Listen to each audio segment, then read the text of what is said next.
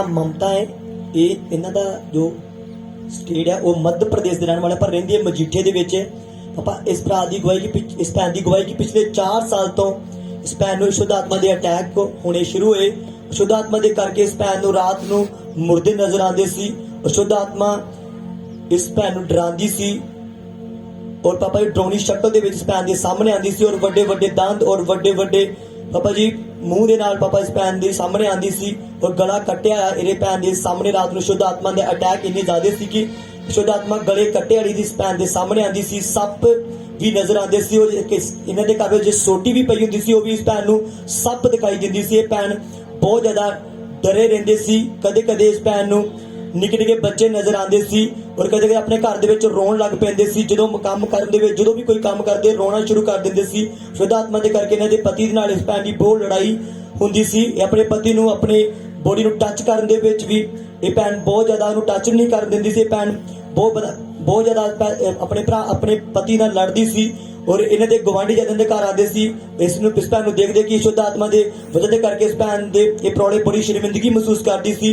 और जद ये भैन जो जब इन्नियां हो जाते उल्टी आती सी डॉक्टर को जाते डॉक्टर इस भैन नूं कहते सी कि तेरे गैस बनी है तेरे टाइफाइड है बुखार है और ये भैन दवाइयां खाती सी पर कोई फर्क ना पिया। इस भैन ने 4-5 डॉक्टर बदले ये फिर भी कोई फर्क ना पिया। इसका पति बहुत परेशान सी। शुद्ध आत्मा के करके इन्हां दे काफ़ी नुकसान होया। इन्हां दे पेट दे करके इन्फेक्शन के करके पैसे काफ़ी खराब होए। ये शुद्ध आत्मा के करके इन्हां दे एक मोटरसाइकिल और सोना भी चोरी हो गया। ये बहुत भरा परेशान से भैन भी बड़े परेशान सी। ये घटना घर भी 4 तो 5 बाबियां दे कोल भी गए और बाबे इन्हां नूं कहंदे कि तुहाडे पुराने देवी देवते जो तुहाडा पिछा करते हैं पर उन्होंने कोलों भी पापा ने हज़ारे पैसे ले पर कोई फर्क ना पिया। ये भैन पापा जी एक चर्च में भी गए चर्चा के भी गए चर्च में जाने नाल ये भैन लगातार संगति करनी शुरू की तो चर्च में उत्थे जाके भी इस भैन नूं कोई फर्क ना पिया। और पापा फिर इस भैन नूं किसी हमदा चर्च बारे दस्सिया। 1 अक्तूबर के महीने 2021 के लास्ट हफ्ते के लगातार चर्च होना शुरू किया और चर्च आने के नाल इस भैन ने गवाहियां सुनिया। इस भैन का फेथ वधिया अनाउंटिंग रुमाल के द्वारा। ये भैन नवंबर 2021 के 3 दिन की रोजा प्रार्थना के भैन रोज आते रहे और तीसरे दिन जो लास्ट रोजा सी ये प्रेयर कर रहे थे और पापा जी इस भैन के वाइट रोशनी इस भैन के मत्थे ते आके पई। उस तो बाद इस भैन ने घर जाके सोचा लाइट रोशनी की है। उस तो बाद इस जिंदगी च बदलाव होने शुरू हुए और पापा 14 नवंबर 2021 नूं भैन तो चर्च में अगर तुसीं वोट बोले कि तुसीं अपना हाथ मेरे नाल वधाओ मैं अपना हाथ तुहाडे नाल तुहाडा तुहानूं मसा करांगा।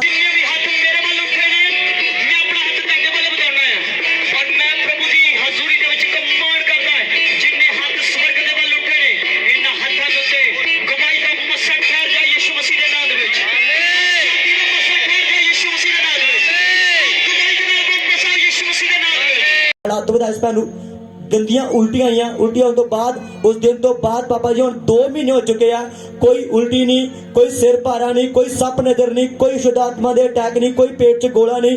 पापा जी बिल्कुल घर में शांति है घर में बरकत है पैसे च बरकत है। इस गवाही के लिए प्रभु का धन्यवाद करते हैं। जो सितारे बजाइए परमेश्वर के लिए बहुत सारी गवाही खोलनी पई है। अशुद्ध आत्मा भी सी प्रॉब्लम भी सी बीमारियां भी सी अशुद्ध आत्मा सी। मैं इसे करके मेरा हमेशा एक पॉइंट होता है एक हमेशा कि हर 2 महीने तो बाद 1.5 महीने तो बाद 2.5 महीने तो बाद चर्च प्रेयर की जाए 3 दिन की। हाँ या ना क्योंकि साडे विच बहुत सारे परिवार नवे ऐड होंदे हैं। हाँ या ना आ मेरी गल समझ पा रहे हो। हुण जदों नवे परिवार ऐड होंदे आ उन्हां नूं प्रेयर दा नहीं पता उन्हां नूं प्रभु दा नहीं पता उन्हां नूं किसी गल दा नहीं पता।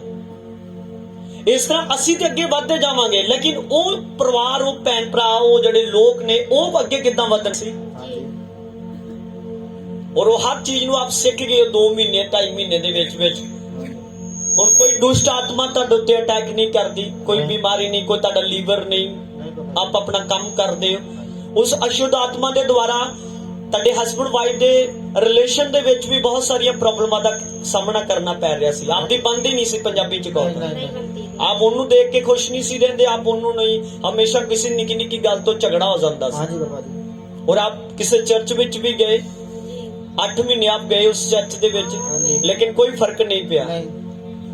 उल्टा होर प्रॉब्लमां दा सामना करना पै रहा सी और एक मन दे विचों आवाज आनी शुरू हो गई कि तो ये चंगा कि मैं चर्च नूं छड्ड दां।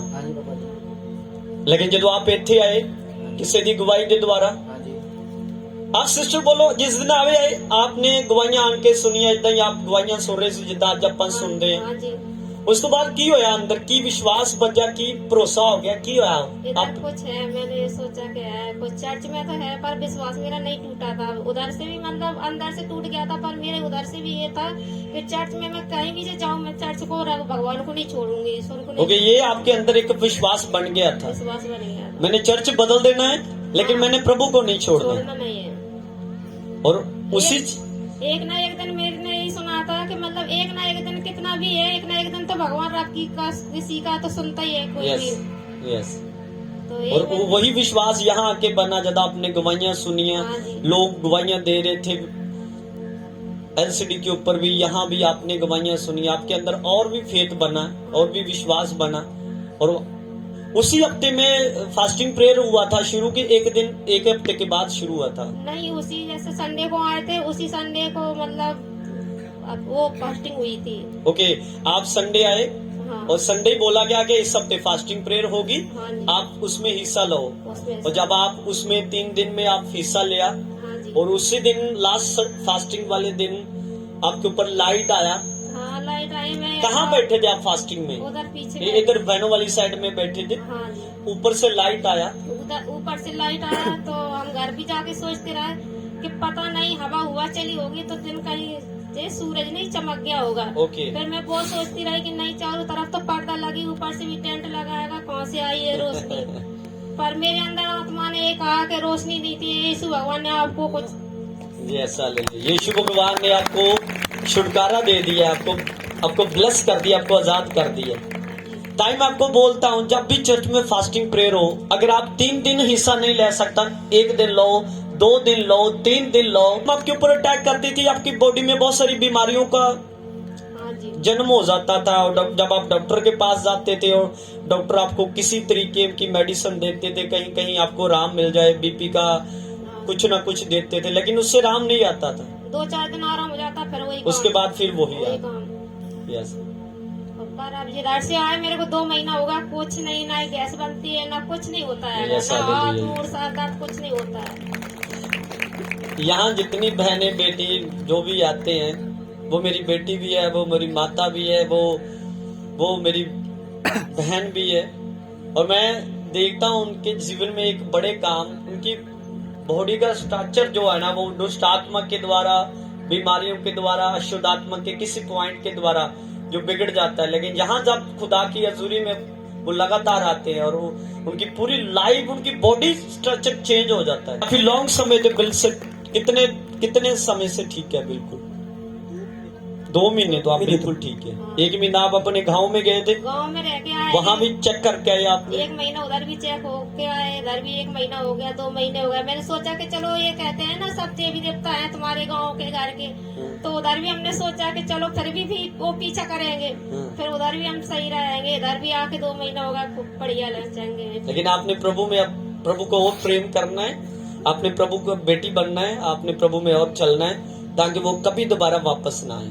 ठीक है, यहाँ किसी का धर्म जात नहीं बदलते हैं। आपको जैसे हमने क्रिसमस में बोला था ना कि वो क्रिश्चियन वाले वो नहीं, यीशु मसीह की बेटी बन के चलते हैं। हम जब बेटी बनते हैं, बेटा बनते हैं, तो वो हमारे ऊपर दया करता है। यो से ताड़ी बजाओ इस दुआई दली।